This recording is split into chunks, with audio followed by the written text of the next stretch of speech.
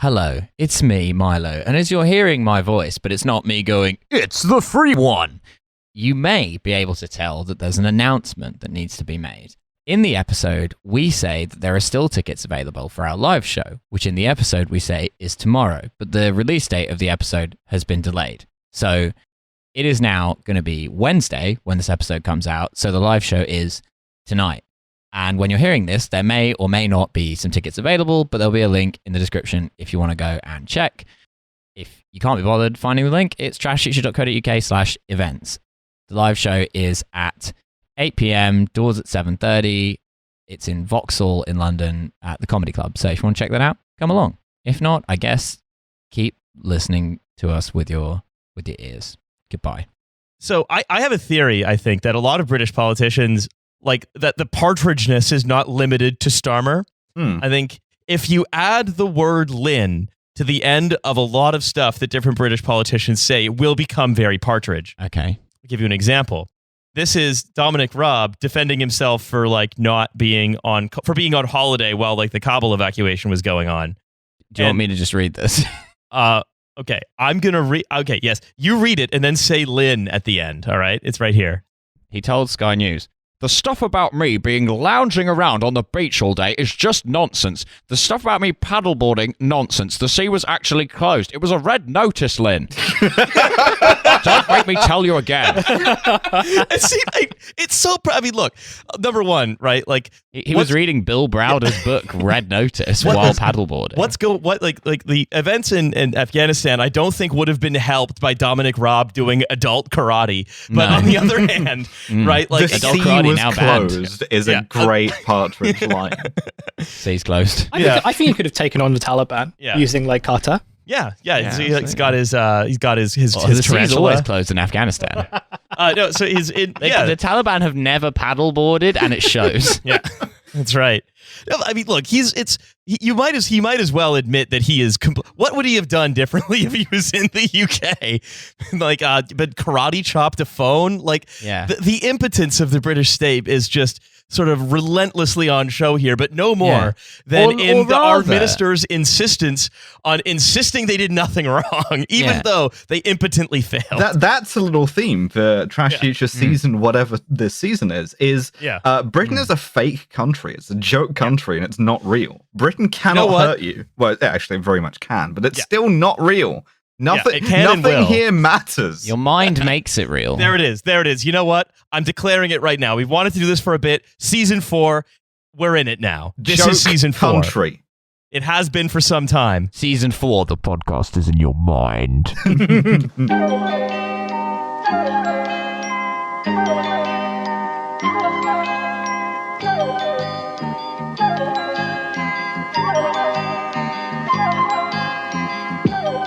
Hello and welcome to what has turned into the first episode of TF Season 4. Hello.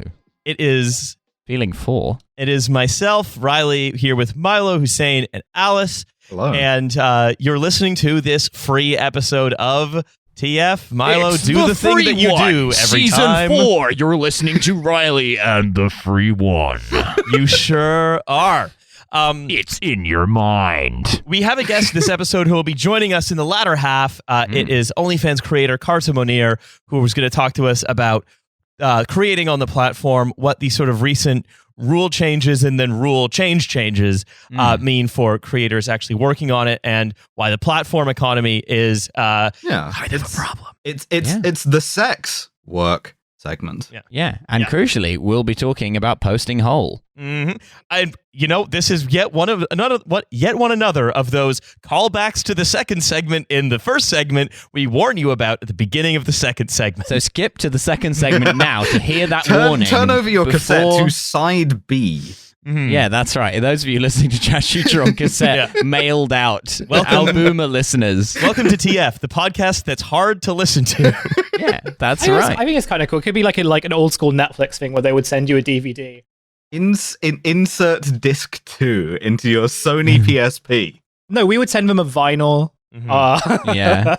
You've got to do. You've got the data disc and the play disc with every season of Trashfuture. You've got to make sure you put in the data disc first to install. Or the TF vinyl subscription service. Mm-hmm. I think that should happen. That could be a good thing. So I would send out some little wax cylinders. I'm pretty sure. So I want to talk about a few things, right? What? That is typically how a podcast works, isn't it? Yeah. Do you know that unlike the winter of discontent in the late 70s, we actually are living through a set of overlapping crises involving national shortages of crucial goods such as Greg's. Not Nando's, a shortage of Greg's. Supermarket items, beer, building materials. Milk. We'll never be builders Valhalla. No. Oh, fuck. I went to Tesco this morning out of bottled water, which is probably a good sign. Fuck, we're in builder's Hades, right? It's a building Tantalus situation. There's all of this cash-in-hand lucrative work available, and the tax man doesn't have enough time to check up on them, but there's no materials with which to work. Every time they get towards the cash-in-hand job, it recedes from them. You can't spell Narcissus without CSCS. So what's happened is stock levels have slid to an undersupply of 21%, the lowest since records began in 83. Oh, wow. Yeah. And I think this is important, right? So there are a couple of things. It's largely tied up with the low wages being paid to workers, meaning that insufficient workers are working because no one wants to pay them anything, and the government is very, very, very keen that no one actually raise wages. Yeah. And but also, like, the reason I bring up the Winter of Discontent, right, is that the Winter of Discontent was largely a fiction, right? It basically did not. It was a story that everyone loved it. Actually, it was great. Everyone was happy then. It was essentially ginned up in the newspapers, right? Yeah, it was a couple of localized strikes here and there that the Daily Mail and the Sun and whoever else turned into the dead lie unburied in the streets. And meanwhile, going for the Islamic vote there, the Daily Mail. we seem to be getting record shortages of the only reason to give like the main thing, right? And we've talked about this before, right? The main thing that you get sold on for participating in this economy, other than the fact that you have to and you go to jail if you don't. Yeah. It's either that or Unabomber. Is the treats. Shout out to that guy. It's the treats. Yeah, the but treats. We have the lowest amount of treats that there have ever been since we started counting how many treats there are. I think probably we shouldn't have promised everybody that they would always get their treats on time forever. Yeah. And I think also we probably shouldn't have made a supply chain that requires the treats to only be manufactured and then delivered at the last possible second and never stored, so it's very inelastic. And I think maybe also we shouldn't have created a system where you get 50 kinds of the one treat instead of perhaps maybe even just a couple. And the thing is, right, if you compare actual stock levels to the executive pay in the companies that don't have any stock, they're still going massively up. Yeah, but they're not raising wages. Yeah, but the wages still aren't going up. And in fact, what companies have now done is they're now trying to pressure the government to do prison work release programs rather than raise wages to hire people. Absolutely phenomenal. We're looking at some kind of desperation solutions because of the twin shocks of Brexit and COVID, basically. Not to get too Remainer here, but it turns out that when you predicate your entire supply chain on having a bunch of foreign HGV drivers because you're not going to ship anything by rail, and then you also stop them from coming into the country, it makes it very difficult for the stuff to get from A to B. But equally, right, if your whole treat economy was based on a kind of lumpen proletariat of Eastern European workers sort of barely scraping by on 0 hours contracts, maybe now is not the time to gloat about it. No. Yeah. I'm not talking to you. I'm talking to the I'm talking about people. Remainers who you're talking about the people who are perhaps we mightn't have had a tasty little treat of no Brexit. God, I fucking hate those people. I love how the British political aspect has just become just shitting ourselves repeatedly, and then when things are bad as a result, just being well, that's how it is. Well, we're gonna sit in our own shit because we can't take off our own shitted pants and trousers because that would be letting the Germans and then there's win. Another guy sitting across the room going, just push it back in. Easy. Retract the shit. And at the same time, you can do it with your mind. At the same time, there is, because I think we very rarely does the sort of shortages in when it's talked about in media, it gets talked about in the sense of this is largely not tied up with we're not making enough Gregs or building materials or whatever. Unserious and jocular. I feel a little bit like I'm being gaslighted, right? Because the big thing in Glasgow most recently was that well, first of all, we had to close a bunch of Nando's because they couldn't get any chicken, which was interesting. Then we couldn't get any beer because no one could Nobody carbonate leaves it. until we get chicken. But then there was a milk shortage, an honest to god shortage of milk, and the ghost of Thatcher arising from the grave. But the way this was written up on BBC News was as a milkshake shortage. McDonald's couldn't operate their milkshake machines, but the reason why they couldn't operate them because there was no milk, which seems like a sort of a larger problem than not being able to get your sort of dessert treats. Fuck. Alice, this is of vital importance. Have you seen the ITV news report from Scotland about the milkshakes? No. What? Holy fucking... if we can find this and cut in the audio, it's absolutely phenomenal. Someone posted it on Twitter, and basically it's ITV News, completely straight-faced. You don't expect to happen. 2 strawberry milkshakes, please. Sorry, our milkshakes in the market. No milkshakes? No milkshakes, sorry. We saw how the McDonald's milkshake shortage was affecting others. Disband it. What are you going to do now? I'd probably go, there's an ice cream shop around the corner. Probably go get milkshake in the ice cream shop. Just got to try and figure it out all by yourself, man. Yeah. It's a shame. So I actually tried to order a milkshake because I always get milkshakes when I come to McDonald's and there's a shortage. How do you feel? Distraught. It's been a rough week for that guy. First Afghanistan, now this. Yeah.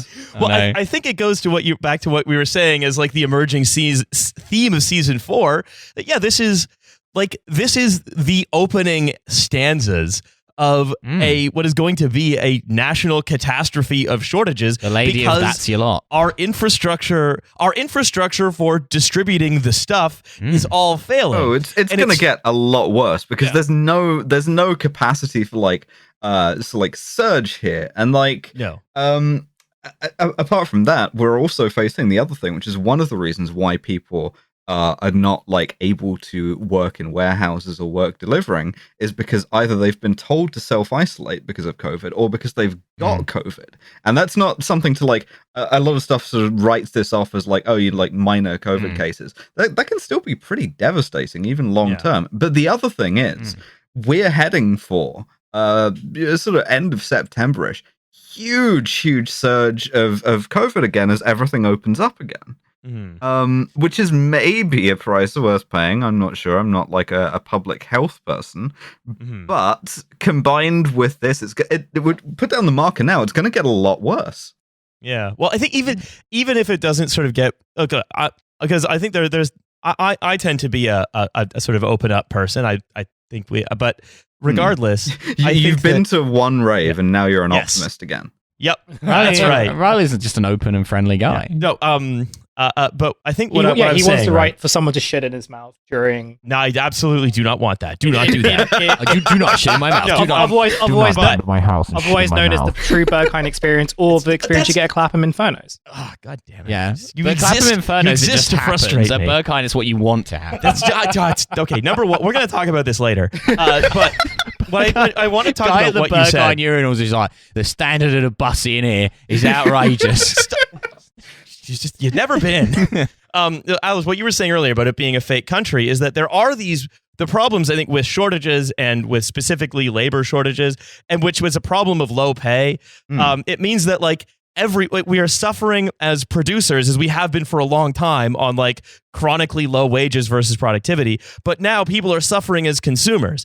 And no one seems to want to actually put these two things together and take this problem seriously because it's the same problem. And it's been happening in the US for longer too. And the thing is, I don't want to seem as if I'm pontificating too much, because I think we're living through something and are going to be living through something that not a lot of people really understand what's going on.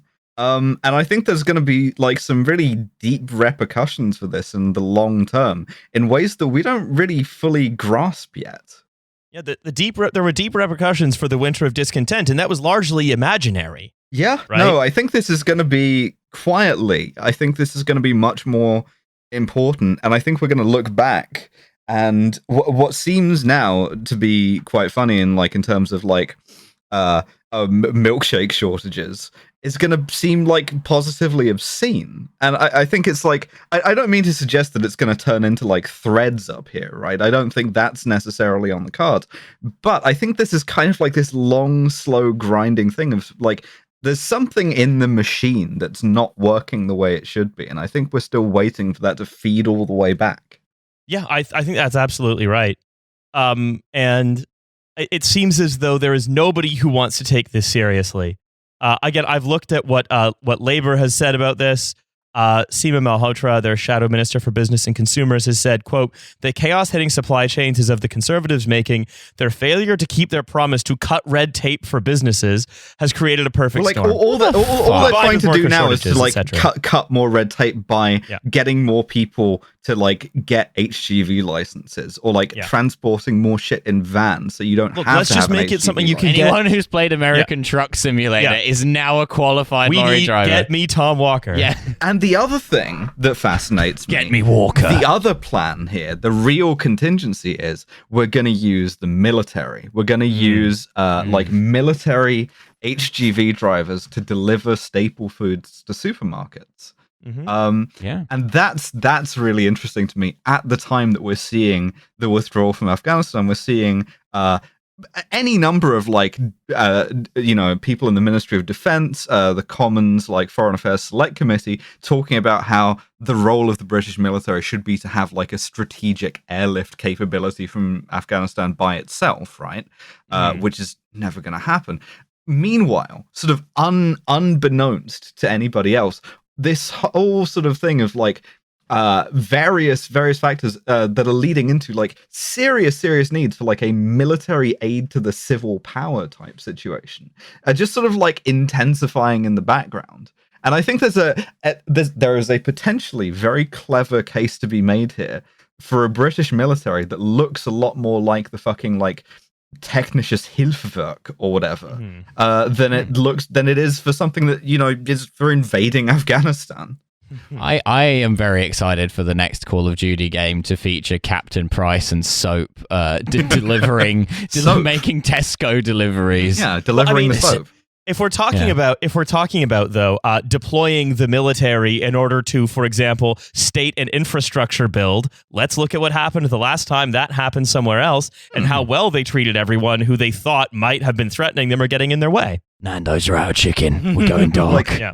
This is also a very funny quirk that liberals have, which is anytime that the military is asked to do this kind of civil power stuff, whether that's flood defenses or natural disaster rescue, covering for the fire brigade. Yeah, exactly. They're always finally, military logistics, military precision. They're going to be so good at this. And have you met the fucking military? Exactly. It's have you seen the logistics that the military does for itself? Yeah. But it's like I said, I'm not really looking forward to depending on a guy whose main training is involved with, I don't know, the suppression of people that you think are threatening you to suddenly be mostly doing stuff here because the military is a tool for doing something like that. Yeah. Well, to be fair, I mean, it does depend on which bit of the military. Lots of bits of the military are concerned with helping the bits of the military that do that. If you get the guys from the Royal Veterinary Corps, they're not very hard nuts. You know what I mean? They're not. Yeah, I'm less worried about that. I'm more worried about more and more of the sort of the role of the economy being taken up by the vaccine rollout being done by army medics or your Tesco delivery coming from the Royal Logistic Corps. But at the same time, all of these organizations also being pressured to still do the war stuff that we're never going to fucking use them for. Yeah. Or getting your a Predator drone delivering your Deliveroo. Yeah, that would be very funny. Just that you're basic military training and you're having to you're in the Marines. You're doing a fucking 30-mile speed march while carrying 8 Tesco bags. That's now part of the Green Beret test. Before we talk to Carta, I want to do a little startup though. Oh, okay. Startup is called Picasso. Hate it already. I'm so mad. Picasso. Hussein, Picasso. I'll give you a hint. Nothing to do with art. I assumed it was nothing to do with art. Yeah, correct. I'm assuming it's some sort of like, I mean, the pack is probably like the key. So it's some sort of like gig economy service where you like hire someone to pack your supermarket shopping for you. No. Alice. You take a photo of your suitcase open, and you take a photo of all of the shit that you want to put in your suitcase for your holiday, and it Tetrises all of the shit into the suitcase for you so you know how to arrange it. That's fucking good. Alice, you should be a startup guy. Alice, sorry, that's too good of an idea. Copyright. Fuck, I built something functional. Yeah. No, copyright, can't do it. Patent pending. Is it? Did I do something like supermarket packaging? Like no, nothing to do with. No, you're interpreting it wrong. Think Picasso rather than the PA. What? Think of your house? Yes, it's a house thing. Oh no. The modern way to buy and own a blank. And the answer is not house. Oh, yeah. It's furniture. A dog? Artwork. No. It's nothing to do with art. It's not your main house. Oh fuck! It's a holiday house. Yeah. Is it a timeshare? Have they reinvented the timeshare? They insist that they haven't. Yes! Now we're talking. Yes, now we're fucking cooking, boys. Come on, we have reinvented something which is famously a scam. This is not pyramid selling. Let me hear that for you again. It is not pyramid selling. The rare jubilant Milo there. That's so good. Had they rebranded the timeshare into like something like a cooperative or a partnership? Yes. What is a pyramid scheme but a workers co-op? Hussein, that's what they do. It is now an LLC. You're all getting too good at this. LLC Cool J. This is a quote from the founder, Austin Allison. We realize that owning a second home has been a very impactful luxury in both our lives. We're both fortunate enough to have second homes, and it made a huge difference to us and our friends and family. Cool, give them to someone else. What we set out to do was to try to and then check out these next few words, democratize access to second home ownership. What do these people think democratize means? It's when the more of thing. Yeah, democratize is one more. Yeah. So that it can be something that is not just a luxury. Some pussy. Yeah. That's so right. that it can be something that is not just a luxury available to the 1%, but hopefully it can be available to many tens of millions of other maybe people to the around 5%, the world. for example. I looked at they'll sell an eighth of a house for $660,000. I don't know anyone outside like a 1%er. An eighth of a house for what the fuck? If I'm spending $660,000, I expect to be able to buy an entire fucking holiday house. No, you get an eighth of it. Is it a really nice house? Do I get like an eighth of a chateau? I'm sorry, you can buy a house in Spain for like fucking like 150 grand. Yeah. Like where the fuck are these holiday homes? Napa. Mayfair? Napa. Oh right, okay, I see. Second homes in so rich they're also people's gonna lives. burn down in 2 years' time. Awesome. But you're only an eighth responsible. Second homes in rich people's lives. A second home gives you that place to spend time with people you care about, which you couldn't do if you didn't own the place you were in. Yeah, obviously. Yeah. And that trail you ride the mountain bike on. Again, so you just want to ride one trail forever? Like why can't you just get a fucking hotel? Jesus, I hate these people. Before selling Picasso, Allison started his entrepreneurial journey selling birdhouses when he was 5, became a landscaper as a teenager. He was already a dickhead at 5. Remarkable. Check this out. Started selling real estate at age 18 and always wore a full suit and tie to college. Of course he did. Oh, okay, yeah. So I bullied this guy at university. I understand. One of these guys. So he says, why we're here. Bullied him into being too successful is the thing. I know. This is the trouble. I built character in this guy, and I shouldn't have done. I'm sorry. You shoved this guy into a locker, and while he was in the locker, he thought, wouldn't it be good if you made this into a timeshare? Those famous Cambridge lockers. There was a guy. There was shoved him genuinely into a guy. a pigeonhole. There was a guy in my that's right. There was a guy in my class that actually the porters once hung a noose in my pigeonhole because I pissed off one of the infamously really nasty fellows of college. And I walked back literally like less than 20 minutes later. I walked back through the porter's lodge and they'd hung a fucking noose in my pigeonhole. Like a really small noose? Yeah, not a full size one. Like a little shoelace noose. Yeah, exactly. Stuart Little's not feeling so good. Incredibly normal behavior. But yeah, there was a guy in my business school lectures who was like the Cambridge Business School, and the course I was on, 80% guys like me who were like, this is a scam, we're here to scam. And then 20% the most powerful nerds you've ever met in your life who were like, I want to get 4 jobs at JP Morgan actually. And he was one of those guys, and he was like always like holding up his hand to like, oh the teacher, pick me. And then one time we organized like a big night out with like, assuming that just people who are our friends were going to come, but we invited technically everyone on the course, and this guy just showed up, but like none of the other nerds came. And when he arrived at this like restaurant that we were at, we all got on the floor and bowed down to him and were like, you know so much. And I don't think he understood that this was a joke. Yeah, he just saw it as a good opportunity to expand his LinkedIn network. Yeah, maybe he was right. And it was. He was networking, baby. Yeah. Anyway, so basically, right, this company, what it does is it goes into places like towns in like Napa Valley or Lake Tahoe or whatever, and it buys houses, and then it marks them up by an enormous amount, and then resells because that's business. Little bits of those houses to people. Right. They say nearly 10 million second homes sit unoccupied for 11 months or more in the U.S.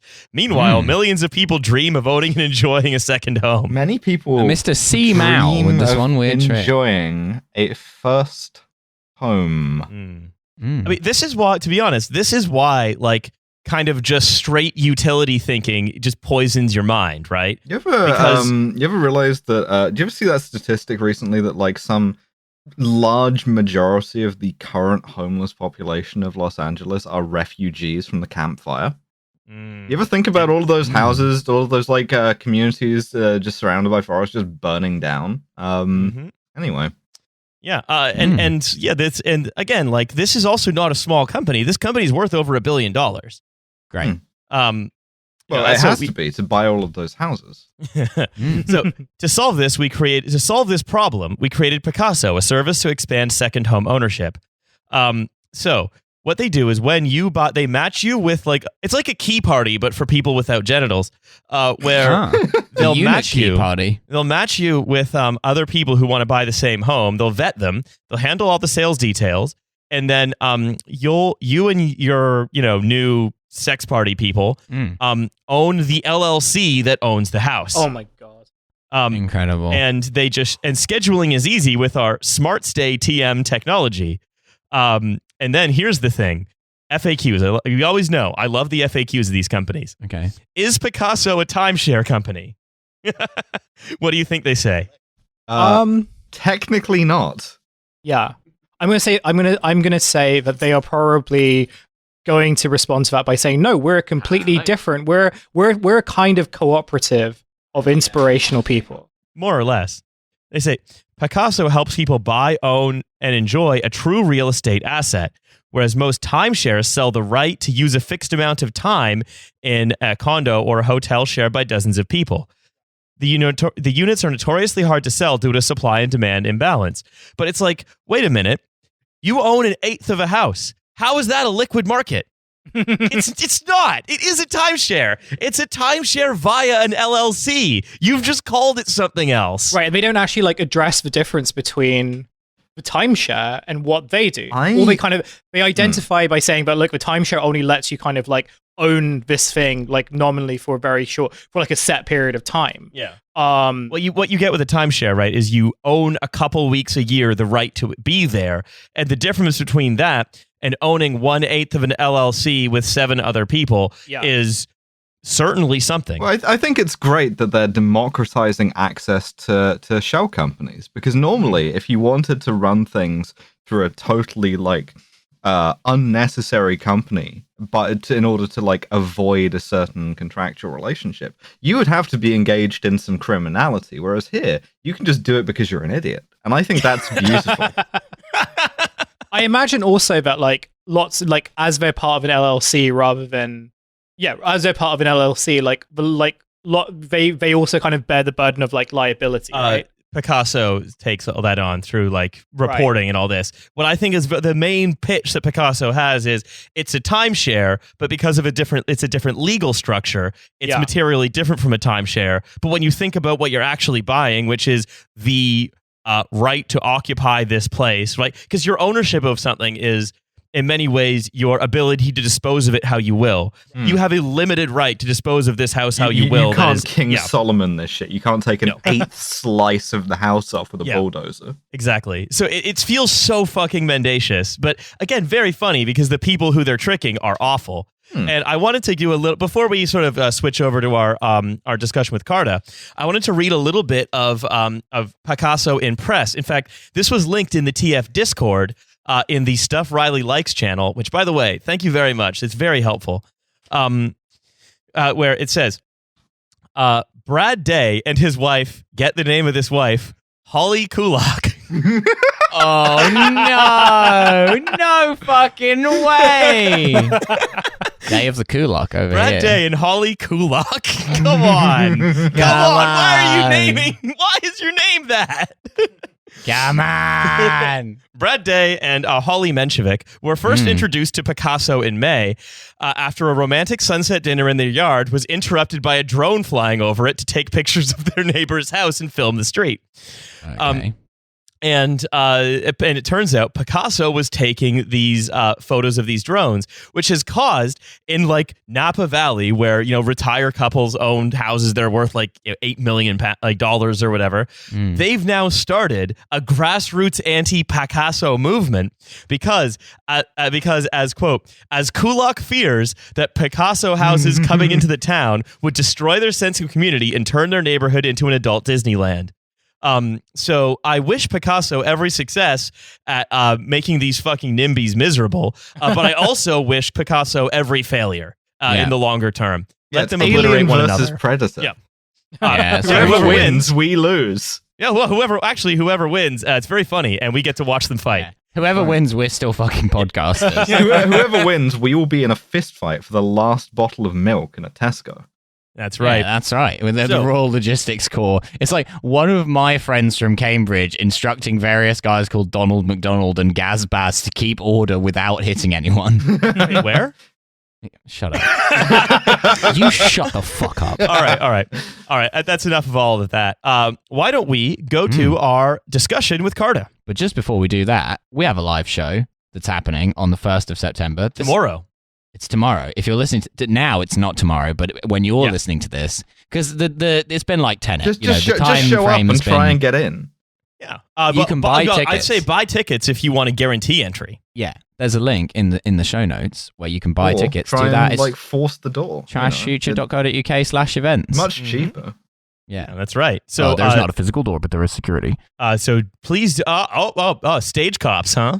Yeah. Cab includes bouncers. Anyway, we do hope to see anyone based in the UK, or to be honest, outside the UK. We just hope to see anyone based. Yeah, we'd love to see anyone coming to our live show. So please do go ahead and attend that. Otherwise, let's have a word with Carta.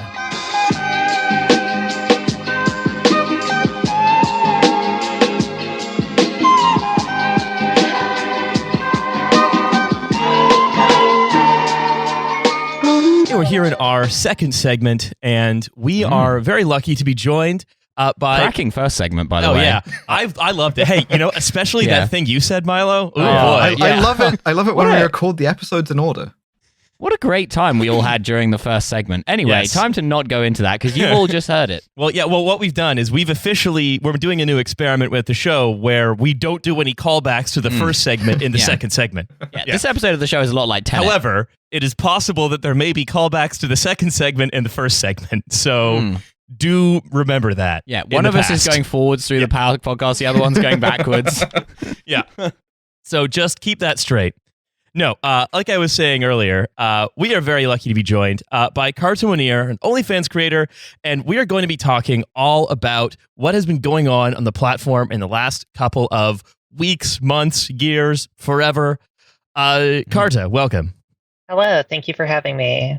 It is a pleasure to have you here. Beginning there was the word, and the word was with OnlyFans. Yeah, that's right. Yeah. So, why don't you briefly introduce the, I'm sure people have seen this in the news, but for a little bit of table setting, can you sort of introduce what has happened here? Why are we talking about this? Yeah, so, I mean, starting from the most basic, I assume you know what OnlyFans is, but in case you're a listener who doesn't, it's a website where users can upload like video, photos, and audio. It is mostly a adult pornography website.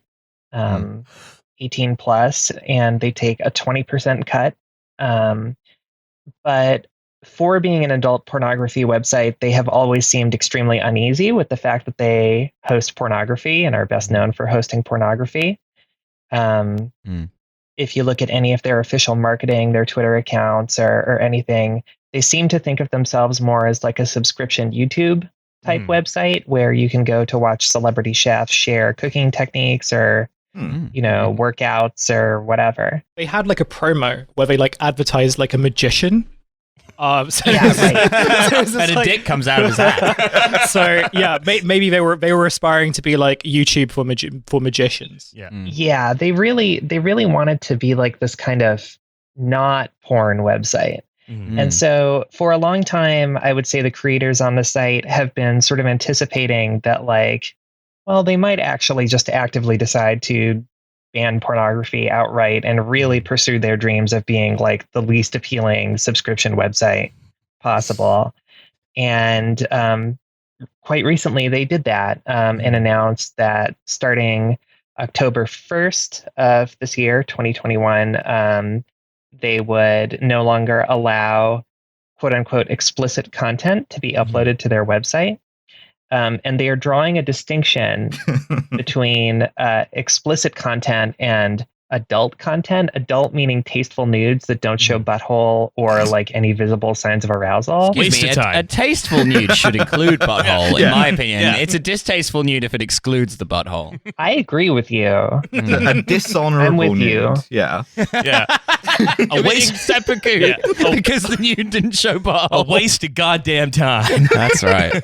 Just looking at a printout of some nudes that do not show hole and just being like, what the fuck is this shit? Yeah. You sent me this no, for garbage. real. I want hammering my desk like J. Jonah Jameson. I asked for pictures of hole. Mulder throwing a pack of photos of an alien with no butthole on Scully's desk. You ever heard of the no butthole alien? Yeah, it's all over only. Well, I mean, I think the best example of what you're talking about, Carta, is how like there was a big hue and cry about Rachel Dolezal finally getting an OnlyFans where she would post like hair care tips, a very specific kind, and like feet. But like, it was just her like talking about her workouts. If you want to know what color Rachel Dolezal's feet are, get on her OnlyFans. Wasn't the other thing for this? I might be getting the name wrong, but wasn't Bella Thorne some like Instagram celebrity who tried to use OnlyFans as a non-pornographic, non-explicit website, but was just kind of like hinting at it, like, "Oh, I made an OnlyFans." Yeah, wink. I mean, like the Bella Thorne thing was something that I think infuriated a lot of actual porn people and sex workers because she's like a Disney starlet type person. And like she made an OnlyFans sort of like capitalizing off of this image of it as a nudes website. Like, oh, you can see everything behind the scenes. And then she sent, pictures that you have to pay to unlock, priced at, something exorbitant, like $200 for one picture. Promising it would be a full nude, and then it was just her in a bikini or whatever. And it actually caused OnlyFans to dramatically change some of their internal policies about how much you can price things at. And because she had so many people doing chargebacks as a result of her scamming. So it actually ended up like actively hurting the people who use that website for, real pornography. She should have shown butthole. You see, we live by a simple code on this podcast. No, but she couldn't because she's a Disney woman, right? You know who does show butthole? Please go on. Yeah, just the musician who did that popular song a few years ago, Juju on That Beat.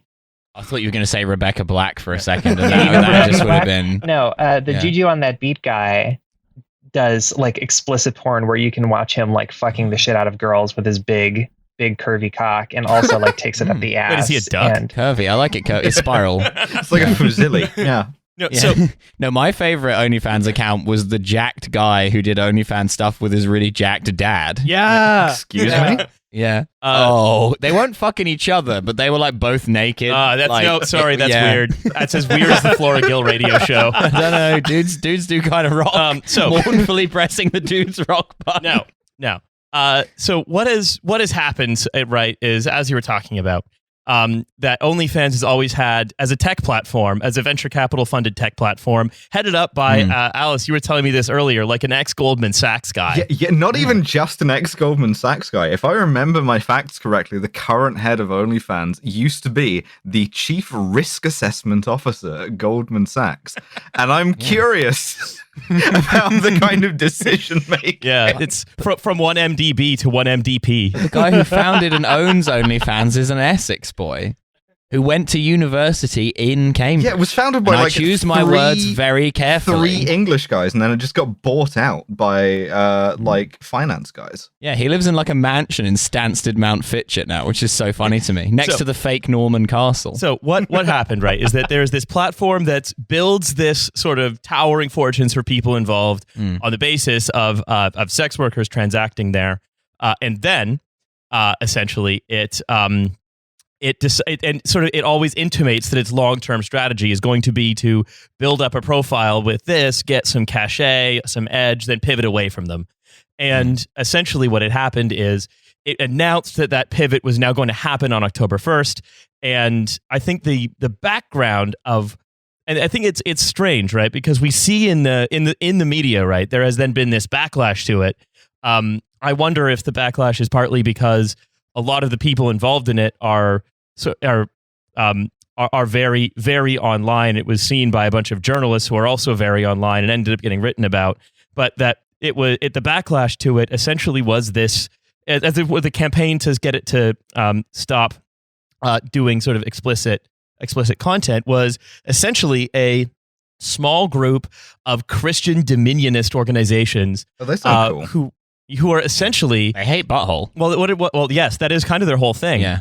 Is that essentially they are a bunch of groups that were all sort of started by like Catholic priests or, headbanging evangelical moral majority people in the 60s and 70s that have just kept rebranding to not seem like the villain of a Green Day music video in 2015. Oh, they're right? like Blackwater, but for Christian fundamentalists. Yeah.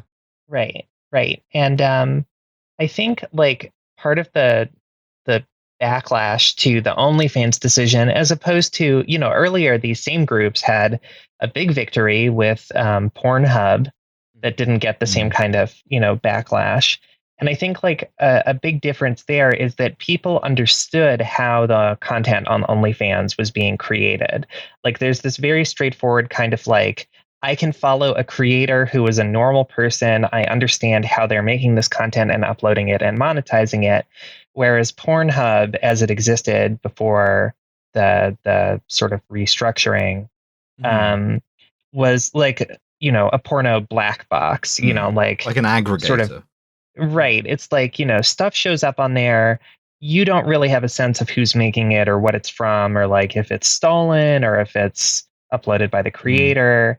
And so I think it was a lot easier for these fundamentalist groups to mobilize against Pornhub on the grounds that it was, a disgusting platform built on child exploitation or whatever, as opposed to OnlyFans, where you can see very clearly exactly how everything is being made. And it feels more like, I think, visibly absurd to like the layperson that these like individual creators who just could be anyone's friends or family or whatever are secretly part of some kind of like child porn cabal. But as we always say on the show, parasocial relationships are only ever good. That's right. You should invest in them. This is what I found so funny, right, about the whole thing, because initially they were like, right, we're going to pivot away from doing porn. And then I'm just a dumb guy, right? But I'm like, but porn's your whole thing. So like, then what are you going to do? That's like if the Dolezal stuff. Yeah, but then it's like if we were just like, yeah, we're not going to make a podcast anymore. We're pivoting, actually. Listen, we're going to do like hamburgers now. I'm not in a position to tell anybody about why it's a bad idea to publicly firebomb your entire career's deal on social media because you just get a bit weird one evening. Sure. No, so I want to sort of like look at the history of this as well, right? There are these groups, and we'll sort of go into them in detail a little bit later, that sort of come up in the 60s. And they are campaigning for to ban books. They're campaigning to ban movies. It is this sort of they're going to ban that one movie that's 7 days long and has every character. Well, it's that this is throughout the sort of 60s, 70s, and 80s. That's how they're working. And then and you know they're sort of changing along, right? It's typical. Fast forward to the Obama administration, and he enacts something called Operation Choke Point, which essentially makes payment. It makes payment processors liable. It makes payment processors liable for the things they process payments for. Essentially what this does is it creates a kind of regulatory burden that is in practice impossible to comply with unless you're doing it selectively, right? Because no big payment processor, no big platform has the capacity to review every single thing that happens on it. Yeah. And so this drive to regulate. I have no idea what it says on the Trashfuture t-shirts. This drive to regulate essentially creates a situation in which your banks and platforms and stuff can pick and choose where they crack down because of this feeling that they need to crack down. This all comes together when Nicholas Kristof, a man who, let's say this, has never abused an opinion page in order to persecute some kind of strange personal vendetta, then alleges in the New York Times, this is last year, that Pornhub and OnlyFans are, quote, infested, that was his word, with illegal and or unethical pornography, leading to, as you said earlier, Carter, the Pornhub decision where where basically payment providers stopped acquiring for Pornhub and then continued to put pressure on banks to stop accepting payments for OnlyFans as part of basically a sort of anti-sex campaign that's been going on since more or less forever. Right? Yeah. And one that we're still waging on the Trashfuture Discord. Do not post horny on the Trashfuture Discord. And so one example, right, is that morality in media was started in 1963 by some Jesuit priests in order to ban the publication of a book about sex work, right? Not even a book about sex. Yeah. It was fucking Fanny Hill, Memoirs of a Woman of Pleasure by John Cleland from the fucking 1800s. Like, well, I've seen that book. Like, you've got to is that right at the top shelf of the supermarket, and it's like got a plastic bag. You've got to ask the shopkeeper specifically Fanny for it. Hill is like the most. I don't know. Like, I don't know if any of you have ever read it, but it's like it's a book that was written on a dare that he could write when he was in prison, that he could write the dirtiest book in the English language without using a single dirty word. So it's incredibly goofy. It's all like, like describing a dick, but it's like not the plaything of a boy, not the weapon of a man, but a maypole of such enormous proportions that it might have belonged to a young giant. Shit like that. It's not a book worth getting mad about. And so what happens originally? Whose judgment we can trust. It's a Jesuit priest. In 1963, the Jesuit priests involved in morality in media, they basically do an early Project Veritas thing where they send a girl who's like 16 to go buy this book at a shop, and then they have the mother of the girl sue the shop and make a huge federal case out of it to try to get this book banned and to try to create a moral panic about young people accessing smutty material, right? And like She's learning about maypole. polls. And the thing is, this cannot stand. This morality and media group changed its name to the, quote, National Center on Sexual Exploitation in 2015, basically making itself sound like something other than a club of Jesuit priest headbangers who are trying to ban sex. It's a deliberate conflation with the National Center for Missing and Exploited Children, for instance. And it's also your story about this Fanny Hill straw purchase is very interesting to me because it sets up another one of these things of doing a bit of child abuse in order to demonstrate that child abuse is possible, even though you're the one that did it. Yeah, it's the exception that proves the rule. Exactly. I love this shit. It's great. I love to be like, have you heard of the website OnlyFans? Well, if you hadn't, allow me to explain it to you. Have you seen the film Taken? Yeah, here's a real clip from OnlyFans. Just shows Taken. Yeah. I'm subscribed to one OnlyFans creator, and it's the European guys from Hostel. So it's organizations like the National Center on Sexual Exploitation or the very ominously named Exodus Cry. Exodus Cry. Yeah, that are the main sources for Christoph's story. Exodus Cry sounds like a death metal band. He gets fed this information that he then from these quite rightly said extremist groups that he then launders into respectability in the New York Times. And then the idea of that is to create a sort of mass public backlash against payment processors who are then have the power granted them by the Obama administration to deprive sex workers of another source of income. Riley, I have a question. These groups, the creepily named Exodus Cry or whatever, I kind of feel like I'm going to regret asking this. How do they feel about any other social issue? I'll be perfectly honest with you. It seems like they don't even really care about human trafficking. Oh, interesting. Yeah. Oh, that's crazy. Because based on their name, you would think that would be something they would care about. Yeah. They do believe. I was seeing some material of theirs going around. They do seem to believe that Hitler was appointed by God to punish the Jews. Oh, interesting. Huh. Interesting that these people who are fucking insane are also fucking insane about other things. So I have a little passage here about Exodus Cry, which is led by a man called Benjamin Nolot, who calls himself a filmmaker. He actually managed to land a few documentaries on Netflix. Yeah, because as we've talked about earlier in our Quibi episodes, Netflix buys everything. They'll buy John Taliban, the pilot that I wrote with Noah.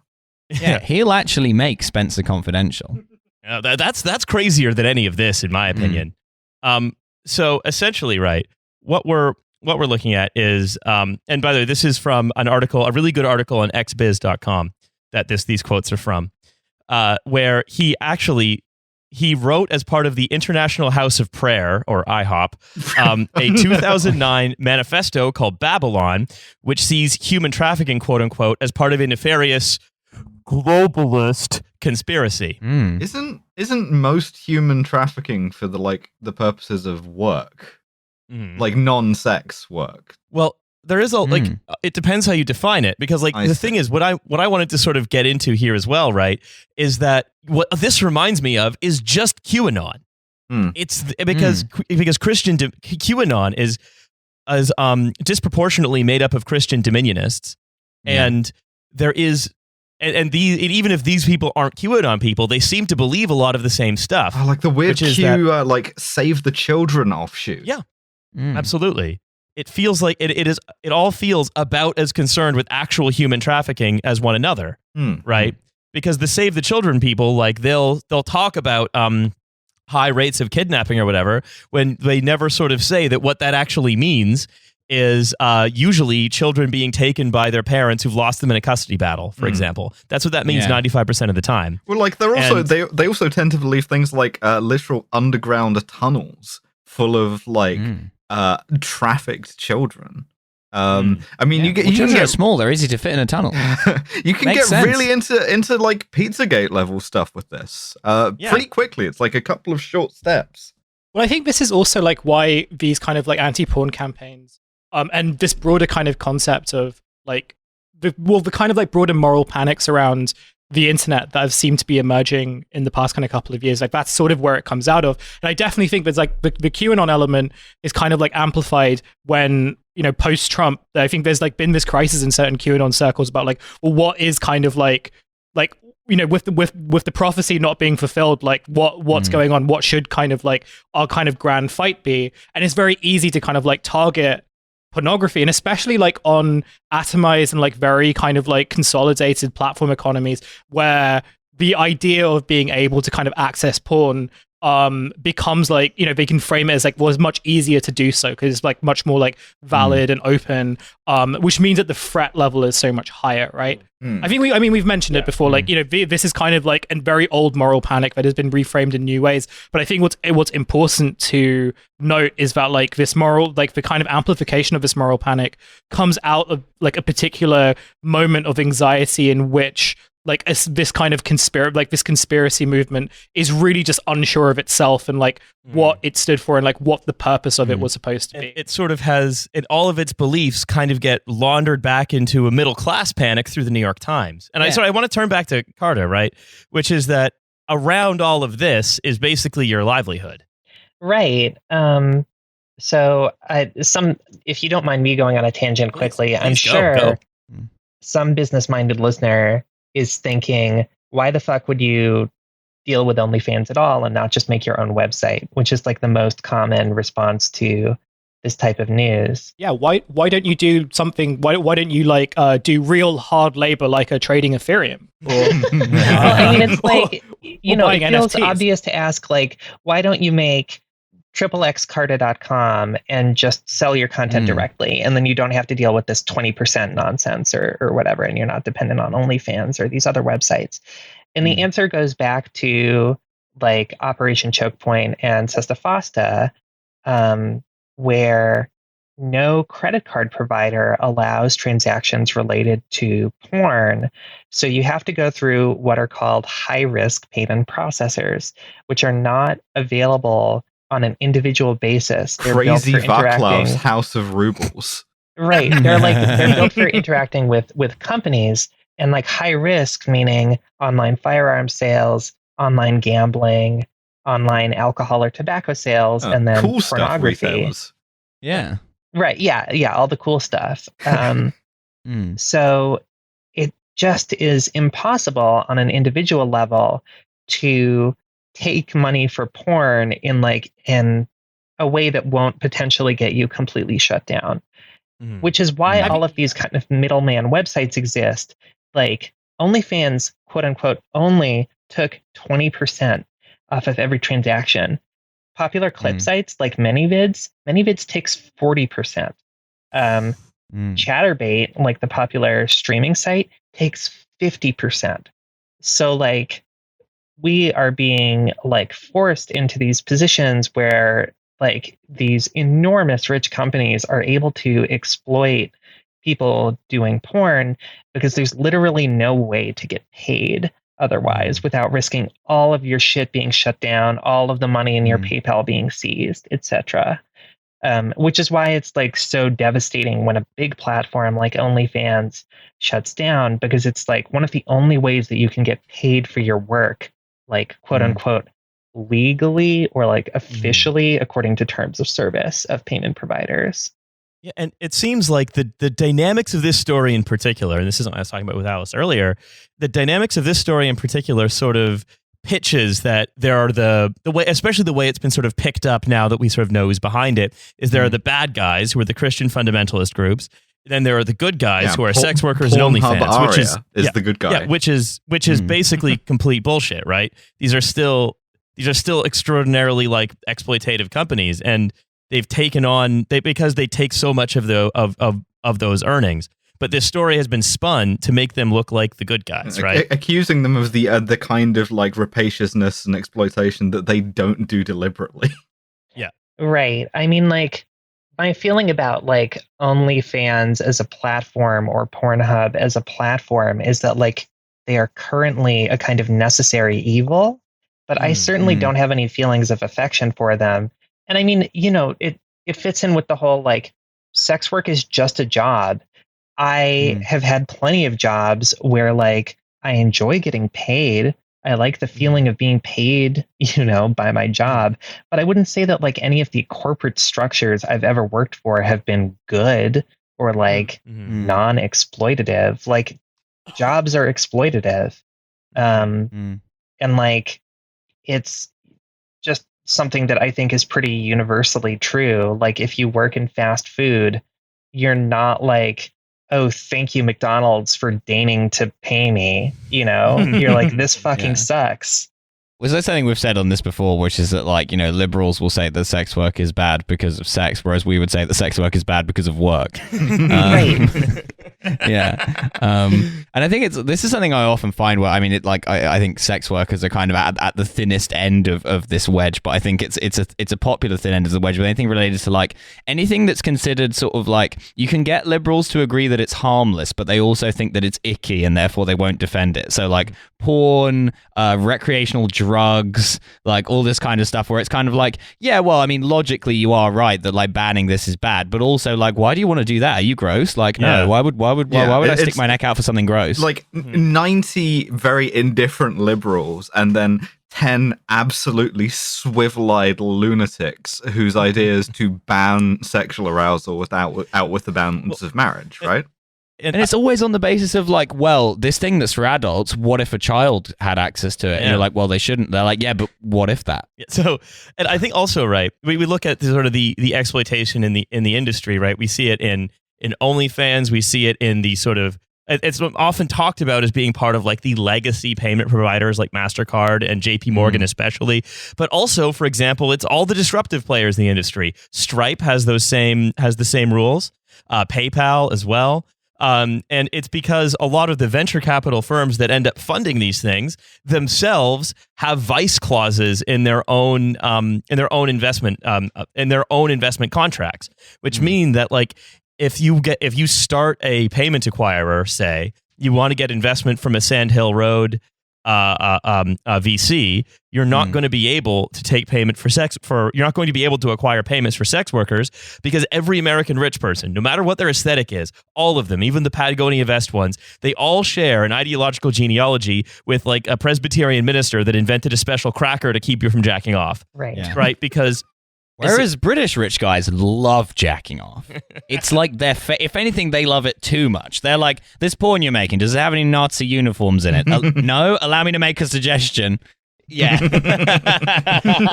You need to make the porn weirder, otherwise I won't invest. For like payment processors, I can like empathize to some degree with their legal departments because they understand that like the public is gullible and they are one Nick Kristof New York Times article away from, oh, did you know that Visa makes money off of child rape? And like that's so easy to do. And especially now that they can potentially be held legally liable for like individual bad things happening. Like I also wouldn't want to fuck with that if I was like a gazillion-dollar company. Like that's the extent of my empathy for very, very rich companies. It's just like, yeah, I understand. Like, fuck you, but I understand. It's because it's also connected, right? I think to the platform business model itself, because like if your whole model is to try to put your arms around an entire category of activity, right? Whether it's sending messages, posting nudes, making podcasts, whatever. It's Christmas time. If you're trying to put magic, parasocial relationships, hair tips from Rachel Dolezal. If you're trying to do the platform business model where what you want is the most possible interactions because you're just monetizing every time something happens, then all of the demands that sort of have been rising since like 2015-16 for more, say, content moderation on Facebook, which, by the way, is where most of the actual sexual abuse images are. Yeah, like the vast majority of child porn is on Facebook. Yeah. But you don't see, that's the thing, right? And this is where it goes back to all of these demands for content moderation that are, everyone making them knows there, or at least everyone in like everyone creating the frameworks for them knows that they're impossible, knows that like Facebook couldn't possibly moderate everything on its platform. All it does right now is, traumatize several thousand people multiple times a day, right? Like underpaid content moderators. Because what this really is about is selective enforcement. Because if Exodus Cry or the National Center on Child Exploitation was serious about this, they would be looking at Facebook, but they're not. Because much like everyone or most organizations, especially like this, like the QAnon people or these guys who like to say we're fighting like child abuse, they're doing that because that child abuser is the worst thing they can think of to call someone. And I think it's also worth again, on the ideological front, it's also worth noting that a lot of these kind of evangelical groups that are have been trying to campaign to get porn sites and to kick sex workers off every platform, not just OnlyFans. For them, it's not even about it's not even just about this vision of what the internet should be. It's more this. It's another form of projected anxiety where for them porn is kind of creating impotent men, and those impotent men are threatening the notion of the nuclear heterosexual family and that, and therefore the family ordained by God. Right. So it's kind of also this weird ideological. They're teaching children that it's okay that when you grow up you can get pegged, which is wildly antithetical. Well, I have a quote actually from Benjamin Nolot's book. Says that basically speaks right to this. It says, the weakening of the U.S. financial system is leading calls for a global currency. National sovereignty is under attack. The force of globalization has united the world like never before. So human trafficking is on the rise. Influential celebrities are awakening to a universal spiritual consciousness, while religious leaders are encouraging interfaith cooperation. These trends are evidence of historic transition, but what will the world look like on the other side? And it's heavily implied that, the fantasy of the nuclear family is going to be burnt in the and so everyone can have green hair. We have created world's first nuclear family in Soviet experiment. I think right, they have escaped containment. Chelyabinskaya Oblast is lost. Raise the barricades. Right, so I guess this goes back to the platform model, where if you're going to have OnlyFans or I guess a bit different for Pornhub, but if you're going to have a platform model, then that's just inherent in the model.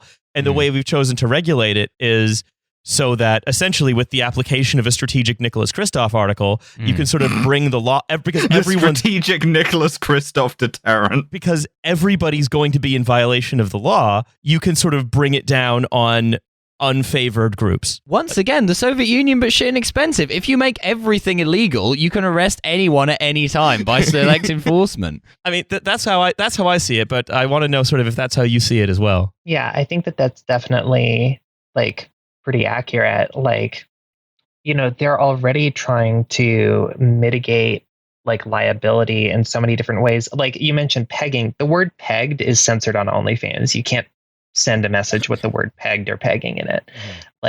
They have an incredibly arbitrary set of off things. Calendar to reveal January 1984. Yeah. Oh my God. Are you suggesting that my plan to play a game of cribbage via OnlyFans is going to be ruined by their content moderation system? Dreadful. Yeah, and they don't allow almost no porn website allows blood of any kind, including menstrual blood. Most of them don't allow what they call excessive fisting. Bans all kinks of all kinds. Excessive fisting. Whoa. Save it for laboratory, friend. Yeah. Because there's a special German guy who's bar fisting, shows up and is expecting, this is too much fisting. The rule is no more than 2 inches from the hand. But sorry, please go on. Yeah, so I mean, they're already trying so hard to mitigate the obvious bad faith kind of attacks that they are subject to, and none of it is enough, because in the face of these groups and in the face of Nicholas Kristof, in any set of people in any job, you are always going to be able to find someone who had a capital B bad experience. And when you have extremely bad actors hunting for those people and holding them up as this is what is happening.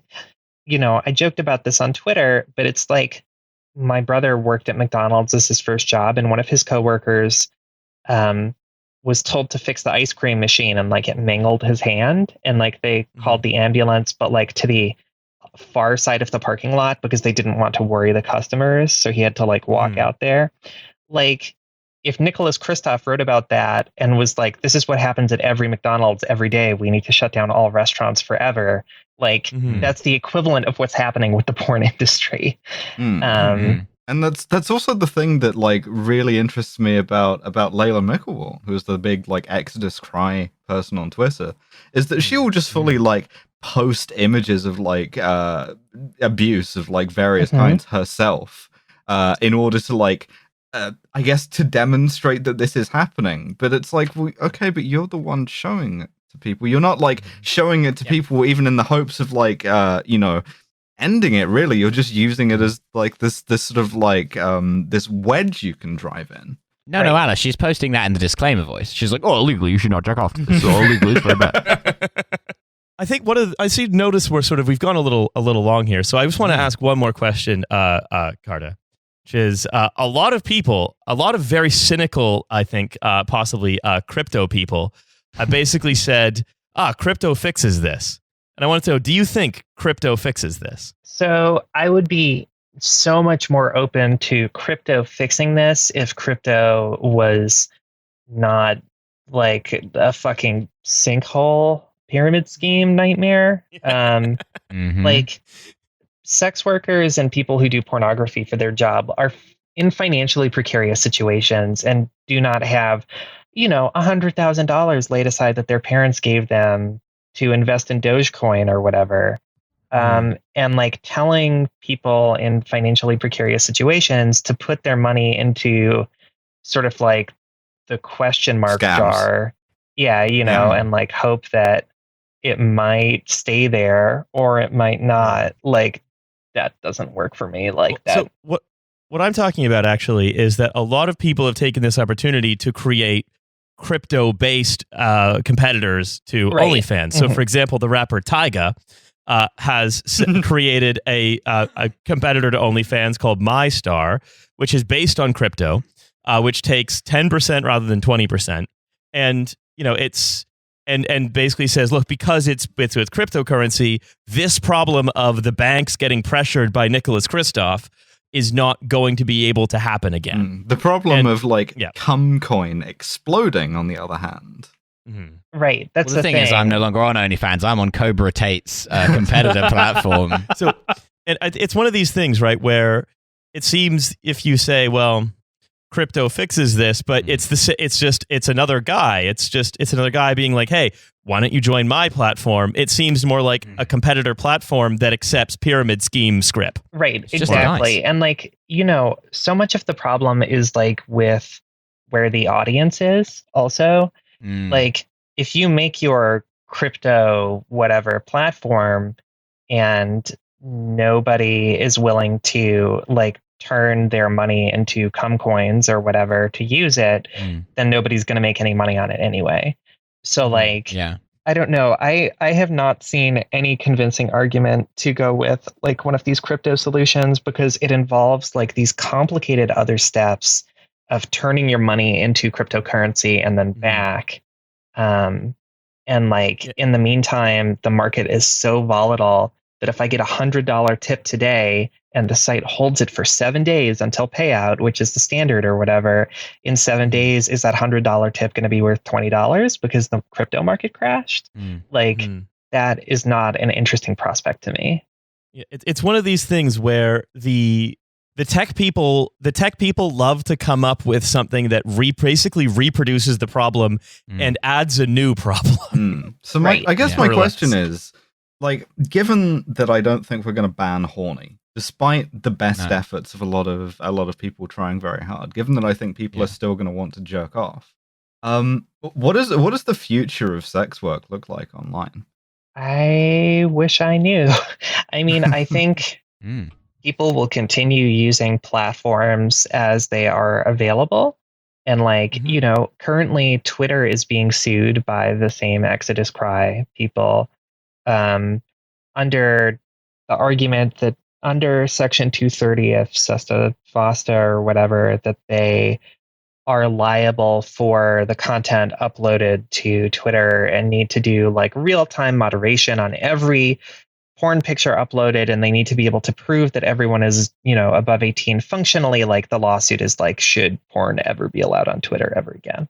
Mm-hmm. And so if Twitter goes away, like that would again be an enormous blow. I'm also confident that like the audience of people who want to jack off to porn and pay for it would find another way to do that. Everyone would move to whatever other website was not going to pull this kind of shit. And I think this was the thing that was like the most frustrating, at least when I was seeing accounts from, and I'm not going to name anyone for like libel reasons, but you have kind of like seemingly sensible liberalish accounts kind of celebrating the or at least kind of like suggesting that when OnlyFans kind of made this announcement, that it was completely justified, both kind of like morally and also like in terms of security and protection. The thing that I found frustrating was the fact that like, you're completely right that porn is going to exist in one form or another, and like a move like this not only puts sex workers more at risk of like, not just a financial risk, but like risk of safety as well. But at the same time, like what it was really advocating for was like more surveillance of platforms and more kind of like, it was kind of relinquished a lot of power to platforms that already kind of have so much kind of control over public space and discourse and like the parameters in which like you can communicate and express. And like every time you sort of mention that, like, well, this kind of starts with sex workers, but it affects everyone, especially as more and more people end up like becoming part of the content economy in some form or another, or like have to kind of work on these platforms. Like you're making the internet like both more restrictive and also like incredibly like much more criminalizing. Well, it's the same thing with the people who are like, you should have to like upload a scan of your passport before you can at Ian Dunt with the pig poop balls emoji. Or like the fact that in Britain for years they've been trying to introduce this law that like they've been trying to introduce this law that you have to like your internet service provider will by default block porn, and you have to send them a letter asking them nicely like, can you please turn the porn tap on, in the hope that if they do this, just like less people will watch porn or something. See, this is the British version of this. It's like, it's not Christian fundamentalist. It's just like, well, if you want porn, you should have to ask for it, like from the top shelf, like a naughty boy. Well, it's all the same thing. It's the sort of curtain twitching, and again, a very liberal desire to sort of have teacher be running everything, and have everything be very clean and but to sort of to point that power wherever they can find it. Anyway, they fucking miss homework. They're all nerds. Anyway, with all of that being said, I want to say, Carta, thank you so much for coming on today. Yeah, and talking thank you to for us. having me. Our pleasure. And it's been a pleasure. Where can people find you? Should they be looking for you on the internet? Yes, I guess the simplest answer is to go to allmylinks.com/xxxcartaxxx. On OnlyFans, I'm just /Carta. And on Twitter, I'm /XXXCartaXXX. Again, I'm one or the other on most websites. Well, listeners, if you would like to both see some butthole and hear some interesting takes, you have a smorgasbord of options at your disposal. I just thought that you were like a big fan of the Vin Diesel movie Triple X. Yeah, absolutely. You're actually being sued by Vin Diesel currently. This is another big problem for sex workers. Foster really was about empowering Vin Diesel. Yeah. No, Carta, it's been great to talk to you. Thank you very much for hanging out with us today. Yeah. And to everyone listening, we will see you on the bonus episode in a couple of days, where we will have watched Brian Rose's documentary he made about ayahuasca. Oh no, will we have watched that? Oh shit. With Mystery Science Theater 3000 host Bill Corbett. See ya. Bye. Bye.